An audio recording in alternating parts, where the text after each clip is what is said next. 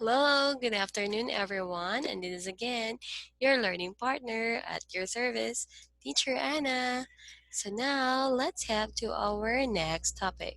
This is the fourth topic, which is the culture of the religion that gave rise to specific religions. So this is again by yours truly, Teacher Anna. Now, let's go to the next slide. So let's try to know about Chinese philosophy. So most social values are derived from Confucianism. So those people or the belief of the theory and ideas of Confucius. And Taoism, so the subject of which school was the most influential, is always debated as many concepts such as Neo-Confucianism, Buddhism, and many other have come about. Reincarnation and other rebirth concept is a reminder of the connection between real life and the afterlife. So in Chinese business culture, the concept of guanxi, indicating the primacy of relations over rules, has been well documented. So what comes in your mind when you hear the word Taoism? Now, what do you think, guys? So when we say Taoism, it means, or it is also mean, or also known as Taoism. So this is a Chinese philosophy attributed by Lao Tzu. So while Confucianism is for Confucius, so Taoism is from Lao Tzu. Okay, so which contributed to religion of the people primarily in the rural areas of China and became the official religion of the country under the Tang Dynasty. Taoism is therefore both a philosophy and a religion. Okay, Taoism is therefore both a philosophy and a religion. So, however, it denotes also the principles, that is the source, pattern, and substance of everything that exists. So, mm, kaya nag-exist daw ang isang bagay kasi it has its own substance and it has a source and a pattern. Okay, so that is the study, or that is the religion of Taoism. So the founder of that is Lao Tzu or Lao Chi, and then its origin is from China. Now let's go to Neo-Confucianism. So maybe you don't understand what is a Neo-Confucianism. So when we say Neo-Confucianism, it is also from China or Chinese. Uh, for them, often shortened to Lai Shi. So it means it's a moral, ethical, and metaphysical Chinese philosophy. So they are influenced by Confucianism. So the same lang sila ni Confucianism, and originated with Hanyu and Liao in the Tang Dynasty and became prominent during the Song and Ming dynasties under the Formalism. So, what do you think? What is the difference between Confucianism and Neo-Confucianism? So, for Neo-Confucianism, is a moral, and ethical, and metaphysical Chinese philosophy influenced by Confucianism. So, una yung Confucianism, and then after that, the Neo-Confucianism. So, ito na yung philosophy na influenced by the Confucianism and originated with Hanyu and Liao in the Tang Dynasty and became prominent during the Song and Ming dynasties under the formulation of Shu Si. So, uh, both of them, the Neo and the Confucianism was both a revival. So they are revival of classical Confucianism. So meaning nauna si Confucianism. And then in revival, we have the Neo-Confucianism. So, si Neo-Confucianism yung updated to align with the social values of the Song dynasty and a reaction to the challenges of Buddhist and Taoist philosophy and religion which emerged during Zhao and the Han dynasties. So, while Confucianism was originally coined in the 16th century, so that is from the Jesuit missionaries to China as neologism for the venerable, so all-encompassing tradition rooted in China. So naunas talaga si Confucianism before si Neo-Confucianism. And then when we say Confucianism is referred to the Chinese language as Ruhua or School of Literati and the traditions of literati. So meaning dito si Confucianism dito nagsimula yung literature ng Chinese. And then their traditions too, like the teaching of literati, then the vision and ideas of Confucius nandoon sa Confucianism. So parang ni-revive lang siya sa Neo-Confucianism. Now let's go to the next slide. So let's have the third slide.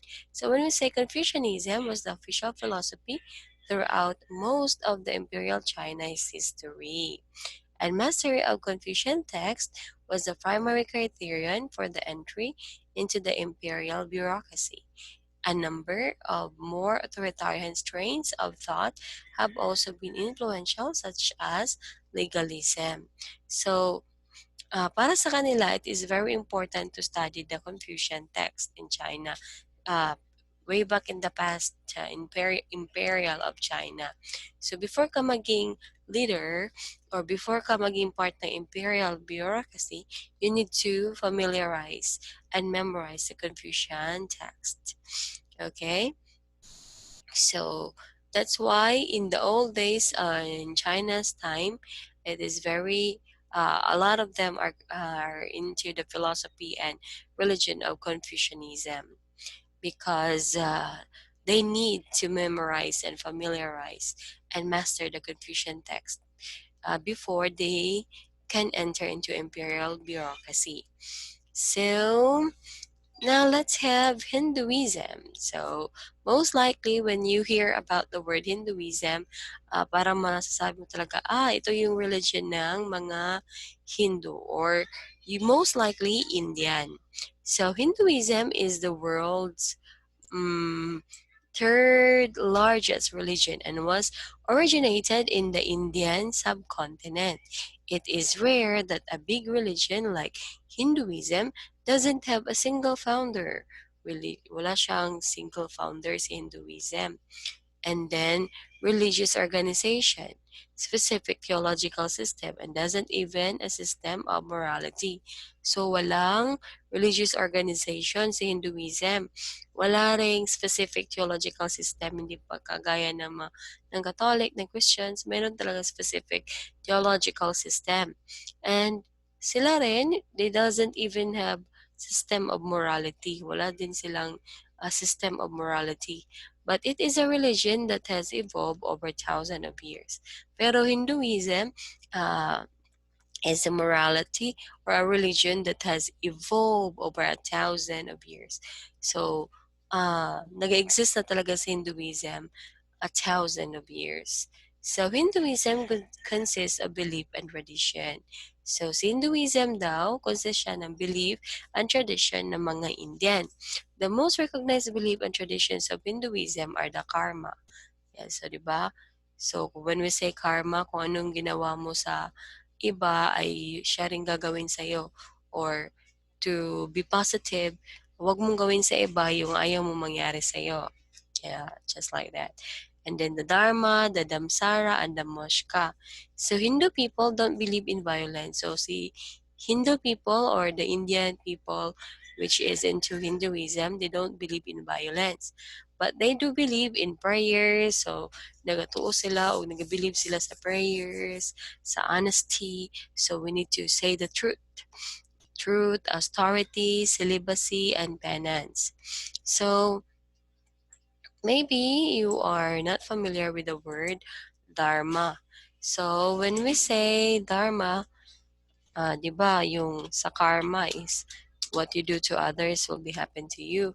While in the word dharma, it signifies behaviors that are considered to be accord with artha, the order that makes life and universe possible, and includes the duties, rights, laws, conduct, virtues, and the right way of living. So, si Dharma din, under the Hinduism, ito yung key concept nila. So, kumbaga, this is the Indian religion that dapat silang sumunod kang Reta or RTA. Parang yung isa sa mga god nila. And then, doon din makikita yung order that makes life and universe possible. Doon din sa dharma makikita yung duties. So ano ba talaga yung duties as a Hindu, your rights, your laws, your conduct, your virtues, and the right way of living. So medyo talaga sila sa medyo malayo sila sa karma. And then we also have Damsara. So what comes in your mind when you hear the word Damsara?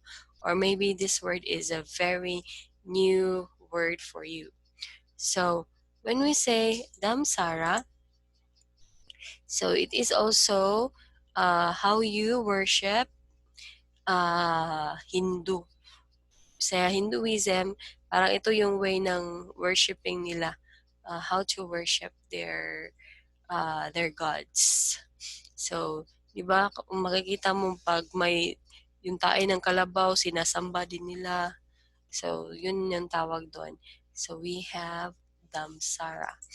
We also have Moshka. So, the word Moshka means it is also related to Hinduism. So, when we say Moshka, it's also called as Vimoska. It's also called Bimokte, and Mokte is a term in Hinduism, Buddhism, Jainism, and Sikhism for various forms of emancipation. So sa kanila, ito yung Moshka, yung various forms of emancipation, enlightenment, liberation, and release.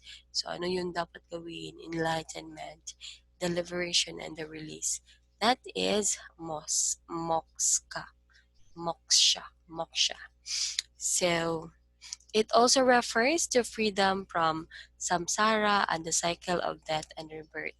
So para sa kanila, they are believing in second life. Like if you die, you will also, para reincarnation. That is also one of the ideals of Moshka. So now let's move forward to the next one.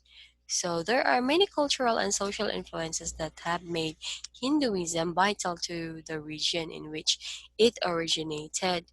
So Hinduism can be traced to the Indus Valley civilization that took place in 4000 BC to 2200 BC.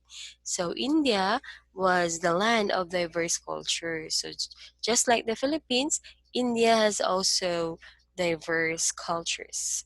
We also have they also have different religions, they also have different races and ethnicities. So dito, para sa mga Indian, Hinduism is a vital religion. So a lot of them are Hindu or Hinduism. So what do you think, guys? What comes in your mind when you hear the word Hinduism? And what do you think? What is the social influences of Hinduism? So, when it comes to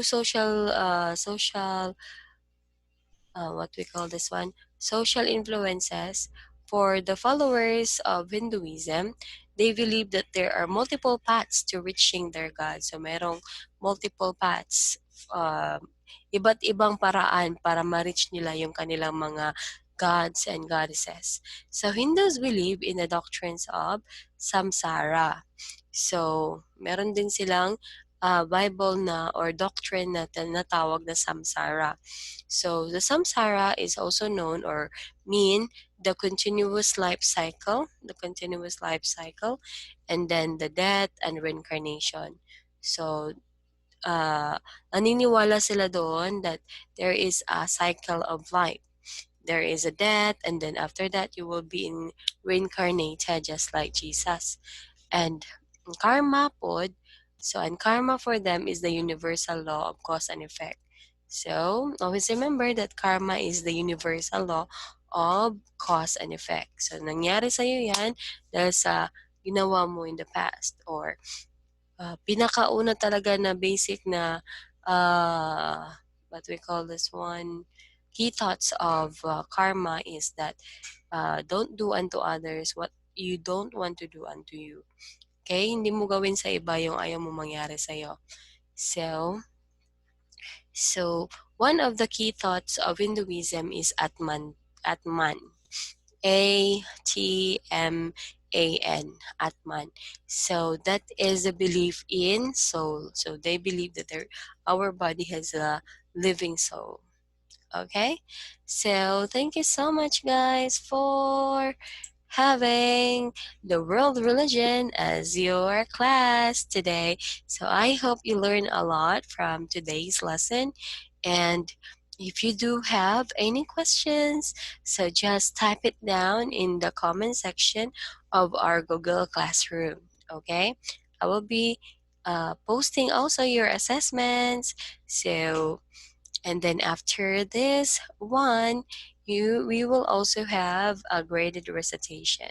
So step 1 is to download and watch this video discussion. Step 2 is to have your graded recitation.